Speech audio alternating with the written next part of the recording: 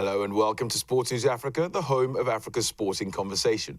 Let's take a look at the headlines. The Pharaohs train ahead of travelling to Botswana for their AFCON qualifying clash. The Ethiopian capital hosts the City Cup final in front of a capacity crowd. And later we look at Nigeria's efforts to promote the game of rugby in the country.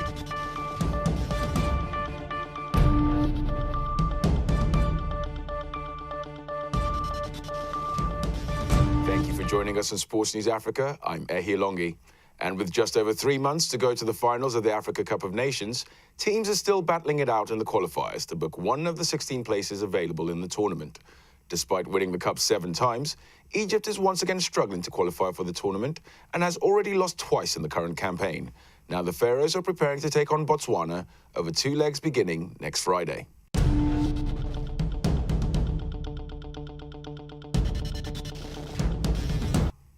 Staying with football, and the Ethiopian capital Addis Ababa hosted the City Cup tournament, which was contested by 8 clubs. The tournament is a precursor to the Ethiopian Premier League season. The 2 finalists put on a great display in front of a capacity crowd and can now look forward, to the start of the new season ahead.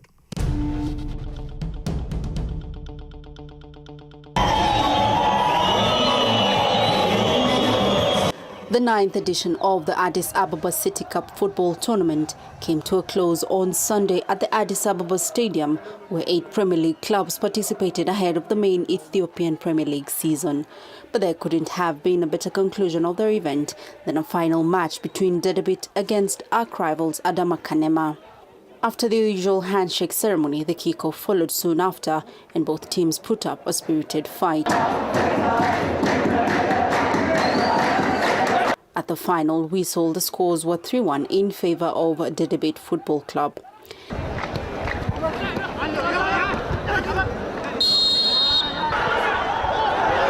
Esias Tafes, a football analyst in Ethiopia, said the tournament aims to help players gain more experience.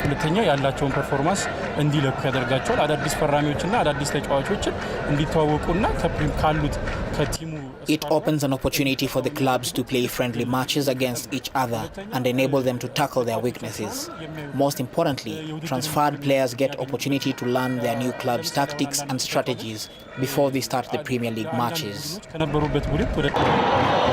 In other matches of the day, Ethiopian Coffee Football Club beat Ethiopian National Bank 2-0. Coffee Football Club head coach Tilhon Mengasa said the tournament also gave various coaches an opportunity to select players ahead of the Premier League.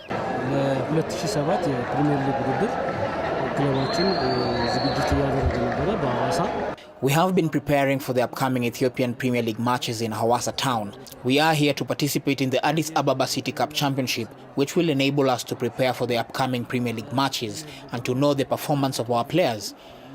It will also help the coaches to decide on their lineups. So this is a very important tournament.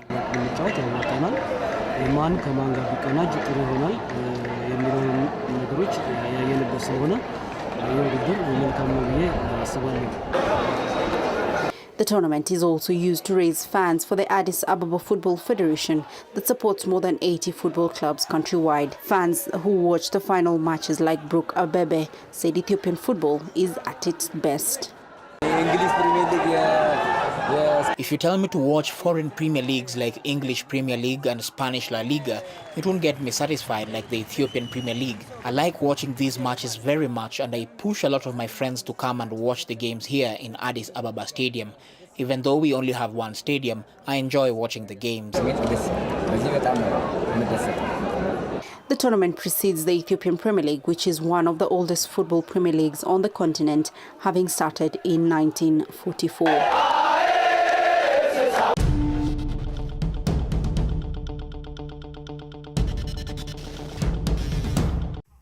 Coming up after the break on Sports News Africa, efforts are underway to raise the profile of rugby in Nigeria. And the USA beat Spain in the Women's Basketball World Cup final to retain the title. All that is still to come. We'll see you after the break.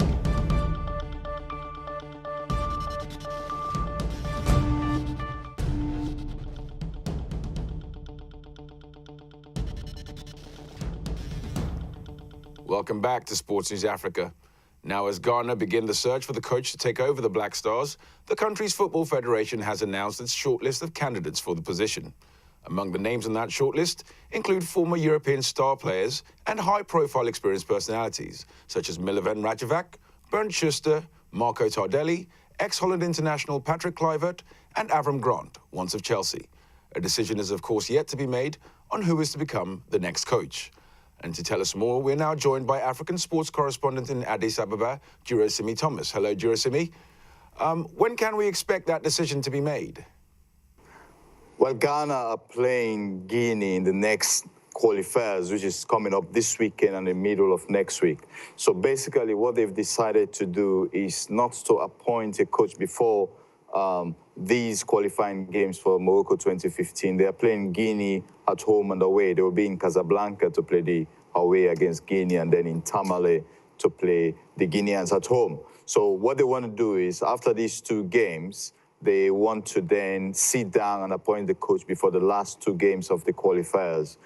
This is just to be in, give a smooth transition for the new man that will be appointed for the job. Because if he takes over now, there could be a lot of pressure on that new coach to get the side together, understand them, for them to win those two games. Of course, I see that, but are foreign coaches the answer for Ghana to take over from where Kwesi Appiah left off? Well, basically, there are two, there are divided opinions over this. There are officials that I've spoken to personally who are saying the coach should not have been dismissed or, should have been encouraged to stay because they wanted to maintain that consistency. It's all true that that is Kwesi Appiah, has been in the helm since 2010, even acted as assistants in under other previous coaches. But for the FA and for other opinions, it's seen as a turning point. They want to change the page from the World Cup debacle. They want to see that from now on, the relationship between a coach and the player, and also particularly the FA itself and the coach, should continue amicably. As you are aware, there is a commission of inquiry now going on about the World Cup itself. So they want to turn a new page and bring in a new guy. So it's not necessarily about the nationality, because Ghanaian coaches have done well, generally, than foreign coaches as a whole. Okay, now Milovan Rajovac is said to be the favourite. He was reported to have been seen in the country even before the position became vacant. Is there any truth in these reports? Yes, he was in the country, and the reason why he was earmarked was because he already has an experience with coaching Ghana. So he could be like a familiar face with the setup. But there are other candidates as well. He could be seen as a favorite, but I think cautiously the Ghanaian FA want to throw it out there and see other candidates. And these are Patrick Kluivert, who was a former player for the Dutch national team. He was assistant coach under the current Manchester United manager, Louis van Gaal. And you also have Marco Tardelli. He's also a former Italian international. And he will be counting on his experience coaching Egypt to take over Ghana. But interestingly as well, you have Avram Grant. He's also shortlisted. Avram Grant is the former Chelsea manager. He was under Mourinho, and he took over from Mourinho when Mourinho left back in around 2007-8. And you have the German Bernd Schuster, a great player back in the 1980s, coached in Spain, Russia, big clubs. So Ghana seemed to have attracted some major names in the coaching world. So this is going to, they have their work cut out for them. So Rajovic knows them, but they have some big choices to make as well. Okay, Durosimi, now, if you could also give us your take on the situation in Sierra Leone. I mean, it seems like there's confusion over there with coaching staff having been appointed by both the country's sports ministry and the FA for the AFCON qualifiers against Cameroon. Can you explain how that came about? Yeah, that's interesting, because whilst Ghana are putting their house in order, it looks like all total collapse in Sierra Leone. Basically, what it is the former coach Johnny McKinstry from Northern Ireland was sacked. And then the sports minister decided that he would bring in his new coach. And he appointed, well, one way or the other, in consultation with the FA, Ato Mensah, a Ghanaian who naturalized to play for Sierra Leone. The Sierra Leone Football Association was not happy with all of this, and they said, well, they are also appointing a former international, John Cisse, to take over the team. Now, the reason why the FA says they want to appoint John Cisse is because they say that Cisse has the credentials that Mensah hasn't got. So they say they've done their investigation. Mensah is not qualified with the certificates that he claims. And that the Confederation of African Football insists that there is certain level grade license that is required that this appointed coach by the sports minister hasn't got. So this is basically the bottom of the whole issue. But both parties, interestingly, say they will go to Cameroon for the next Nations Cup qualifier, home and away, with their coaches. Now, we've seen it happen with Nigeria. Could there be consequences for Sierra Leone from, say, FIFA or the Confederation of African Football? I mean, after all, the sports ministry is essentially a government body and it's involved in decision-making in place of the Football Association. Well, it's kind of like a wait-and-see game to some extent. But let's say both sides are adamant and say, OK, we want our guys to be in the dock for that game. I think they will not be allowed because even before the game kicks off, according to the regulations, the coach will be identified. There will be several inspections, who is in charge, who is the medical staff. So there is a pre-match setup that determines all that. 5 people are normally allowed in the dock, so in the dugout, basically. So they will not, but if they persist, if both sides persist, I think at the end of the day, most people feel that the sports minister might have his way because they pay the wages of the coaches. So he might be able to bend the elbows of the Sierra Leone Football Association. OK, Jerasimi, well, thank you very much for that. Let's move on to rugby next. Andrew Harriman captained England Sevens to World Cup glory in 1993. And before him, we had Chris Otey with a hat-trick against Ireland, who is said to have inspired the Swing Low Sweet Chariot anthem at Twickenham in the 1980s. Victor Ubogu, Steve Ojomo and Adebayo all played for the Red Rose of England in the late 90s, playing significant try-scoring roles in many victories for the English 15. There is also, in fact, a London Nigerians rugby team, which plays every weekend in the capital. Now there's a desire to grow the game in Nigeria, driven by the passion of its union association's leadership and the abundance of natural talent. Nigeria is famed for its prowess in sports, particularly football. The West African nation is home to some of Africa's football legends. However, rugby has been on the back burner and has not been fully identified with Nigeria, even though the country has a fully fledged team and a union to regulate the sport. Currently ranking 78th in the world, the Nigerian 15-a-side rugby team has much less prominence at home.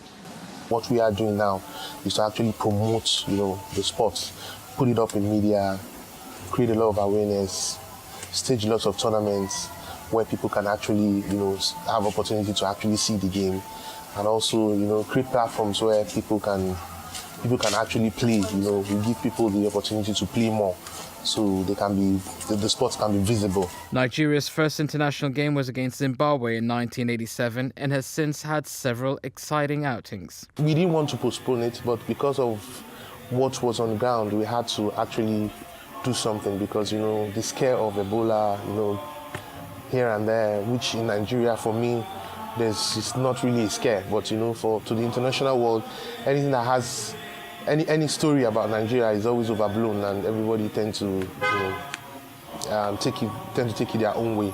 Olatunji added that despite the challenges facing the sport, he is optimistic because Nigeria has the potential to produce a world-class rugby team. That is the dream of every country, to be amongst the top rugby playing nations. That's if you are involved in rugby. But there are a lot of challenges attached to this.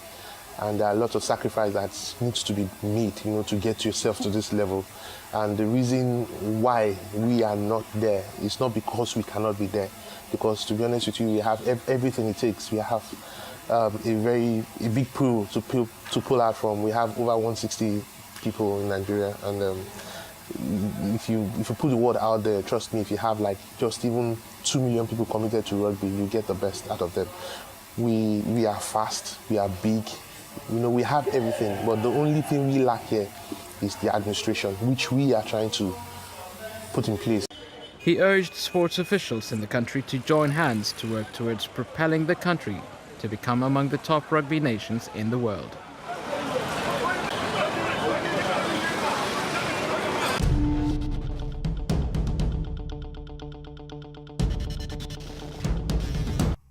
You're watching Sports News Africa. It's time for another break now. But when we come back, the USA beat Spain in the Women's Basketball World Cup final to retain the title. And LeBron James makes his first appearance for the Cavs in a preseason friendly. We'll see you after the break.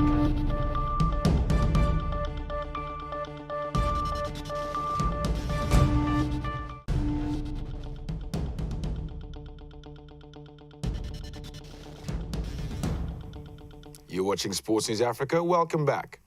Now, African interest might have come to an end early, and so has the FIBA World Women's Basketball Championships in Istanbul, Turkey, with the reigning champions and pre-tournament favourites, the USA, surprising no one by running out eventual winners.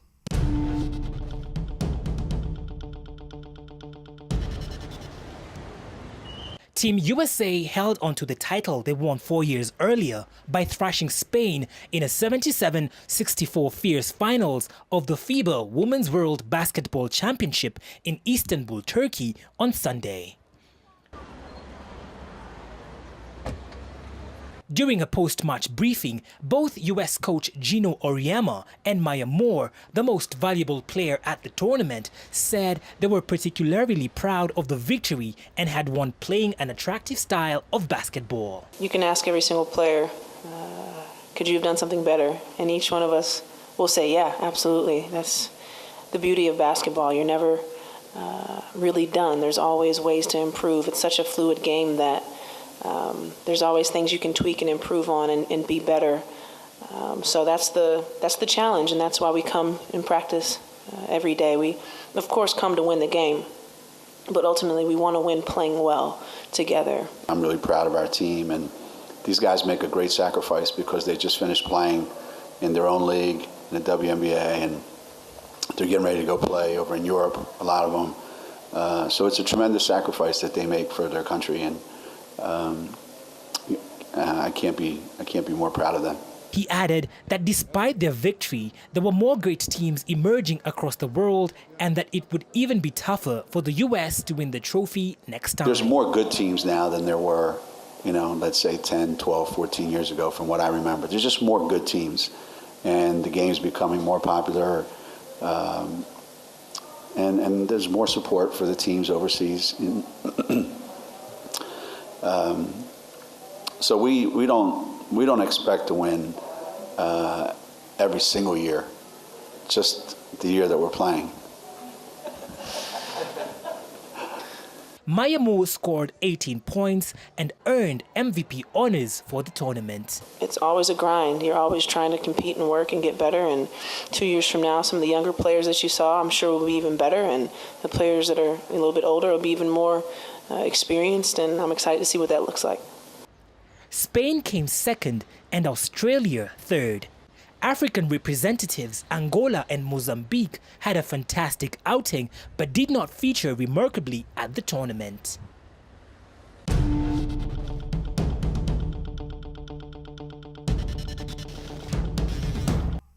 And staying with basketball, fans across the world are keeping an eye on preparations for the new NBA season, and LeBron James and his new old team took on the old team of his new coach as part of their preseason preparations.